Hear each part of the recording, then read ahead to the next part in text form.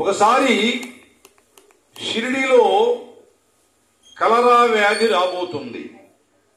కలరా వ్యాధి అంటే ఆ రోజుల్లో ఇవాళ లేవు కానీ పెద్దగా ఆ రోజుల్లో కలరా వ్యాధులు వచ్చేది. ఊళ్ళో అవి వస్తే మనిషి బ్రతికేవాడు కాదు. అటువంటి భయంకరమైన వ్యాధులు ఆ రోజుల్లో. అప్పుడు పరిస్థితులు అవి. ఆనాడు కల్తీ లేనటువంటి ఆహారం కాబట్టి ఈ జబ్బులు వచ్చేది కాదు మనిషికి. ఆనాడు ఒక స్వేచ్ఛమైన గాలి, ఒక మంచి కల్తీ లేని ఆహారం తినేవాళ్ళు కాబట్టి, ఎక్కువ పల్లెటూరులో జీవించేవాళ్ళు కాబట్టి, అక్కడ చేలో పండిన ఆహారం తినేవాళ్ళు కాబట్టి సమస్యలు ఉండేది కాదు. కానీ ఎప్పుడైనా గ్రామ దేవతలకు కోపం వస్తే, వాళ్ళకి ఏదన్నా కొలుపులు చేయకపోయినా ఇంకేదన్నా చేయకపోయినా కూడా ఈ కలరా వ్యాధులు వస్తుండేదన్నమాట. ఒకసారి ఆ గ్రామానికి కలరా వ్యాధులు వస్తున్నాయని సాయినాథుడు తెలుసుకున్నాడు. ఈ ప్రజల్ని మనం కాపాడాలి, నన్ను ఇంత గౌరవించి ఎంతో అభిమానించి ఒక దేవుళ్లాగా నన్ను కొలుచుకుంటున్నారు కాబట్టి వీరిని నేను చక్కగా కాపాడుకుందాం, ఈ గ్రామానికి నేను రక్షణగా ఉంటాను అని చెప్పిన సాయినాథుడు ఏం చేశాడయ్యా అంటే, ఒక ఇద్దరు ముగ్గురు చెప్పి కొన్ని గోధుమలు తెప్పించాడు. ఆనాడు గోధుమ పంట ఎక్కువ పండేది. ఈ వరి కన్నా ఈ పంటల కన్నా గోధుమలు ఎక్కువ వేసేవాళ్ళు.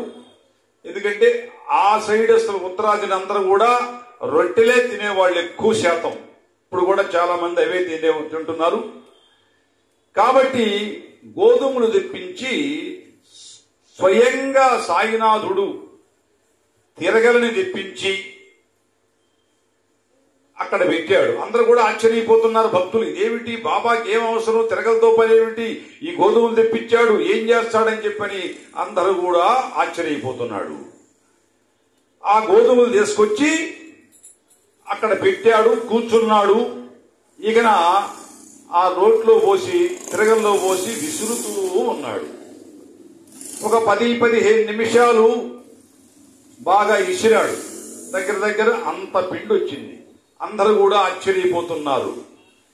స్వామి మీరెందుకు విసరడం, మేము విసురుతాము తిరగల్ని, మీరు వద్దన్నా కూడా బాబా వద్దన్నాడు. ఎవ్వరూ వద్దు, నేనే విసురుతాను అని చెప్పని ఆ కొన్ని గోధుమలు విసిరాడు.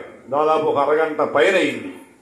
అప్పుడు బాబా లేచి వాళ్ళకి చెప్పాడు, ఇదంతా ఒక మూట కట్టండి అని చెప్పనంటే వీళ్ళేం చేశారు, ఆడవాళ్ళందరూ కూడా వచ్చి తలా కాస్త ఒళ్ళుల్లో పోసుకొని తీసుకెళ్లబోతున్నారు.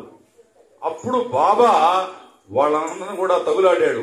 ఇది ఎందుకు అనుకుంటున్నారు, నేను విసిరింది గోధుమలు మీరు ఇళ్లలో తీసుకెళ్ళడానికి కాదు, ఒళ్ళులో పోసుకొని. ఒక భయంకరమైన వ్యాధి వస్తుంది షిరిడీ గ్రామానికి, కలరా వ్యాధులు. అది మహాభయంకరమైనటువంటి జబ్బులు. అవి వస్తే మనిషి బ్రతకటం కష్టము. వాటిని నేను ముందుగానే కనిపెట్టి మన గ్రామాన్ని కాపాడుకోవటానికి, మన ప్రజలను నేను రక్షించుకోవటానికి ఇది ఈ పిండి విసిరాను, గోధుమ పిండి.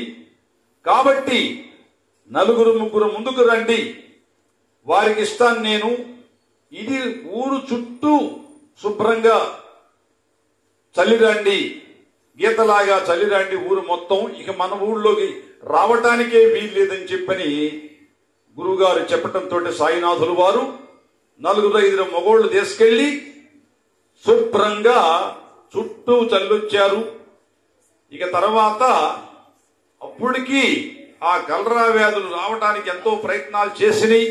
శనీశ్వరుడు గనక పట్టుకోవాలని ఎలా ప్రయత్నం చేస్తాడు, ఆ కలరా వ్యాధులు కూడా బాబా అనుగ్రహంతో అవి అడుగు పెట్టలేకపోయి ఆ ప్రజలు కూడా ఎంతో ఆనందంగా, పక్క ఊళ్ళు దాదాపు 2-3 ఊళ్ళకే కలరా వ్యాధులు వచ్చి కొంతమంది చనిపోయారని తెలిసి ఈ షిరిడీ వాసులందరూ కూడా ఆశ్చర్యపోయారు. ఆహా, సాయినాథుడే గనక ఈ విషయం తెలుసుకోకపోతే, ముందుగా ఆయన తెలియకపోతే మన ఊళ్ళో ఎంతమందో చనిపోయేవాళ్ళు. మన ప్రక్క గ్రామాల్లో కలరా వ్యాధులు వచ్చి కొంతమంది చనిపోయారు అంటే అది ఒక సీజన్ లాగా వచ్చుద్దన్నమాట. కాబట్టి ఇంతటి మహనీయుడు సాయినాథుడు, మన ప్రాణాలను కాపాడే దేవుడు అని చెప్పని అందరూ కూడా ఆయన దగ్గరికి పోయి ఆయన పాదాలు మొక్కి, బాబా మాకు ఇవాళ ప్రాణదానం చేశావు మహాత్మా, నువ్వు ఈ విషయంలో జాగ్రత్తగా తీసుకోకపోతే ముందు మా బ్రతుకులు ఏమయ్యేది, ఎంతమంది చనిపోయే వాళ్ళమే మాలో అని చెప్పని ఆ మహాత్ముడికి ఎందరో జేజేలు కొట్టి ఆయన ఆశీస్సులు తీసుకుని వెళ్లారు. ఇక మీకు ఎటువంటి సమస్య రాదు షిరిడి గ్రామానికి అని చెప్పని బాబా హామీ ఇచ్చాడు. నేను చూసుకుంటా అన్నాడు. తర్వాత ఒకసారి దసరా పండగ లాంటిది వస్తే, దసరా పండగ బాబా బ్రహ్మాండంగా జరిపిస్తాడు. ఆ పండగకి నీళ్లు లేవు.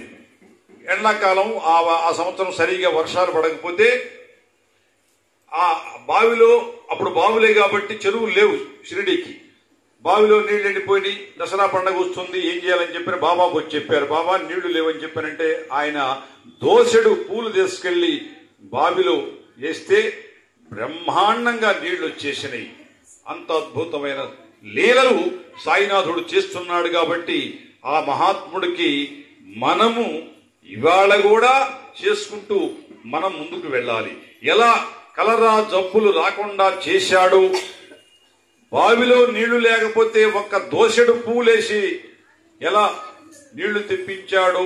ఇక ఆ మహాత్ముడు చేసే అద్భుతాలు లీలలు మామూలు విషయం కాదు. ఈనాడు కూడా చేస్తున్నాడు.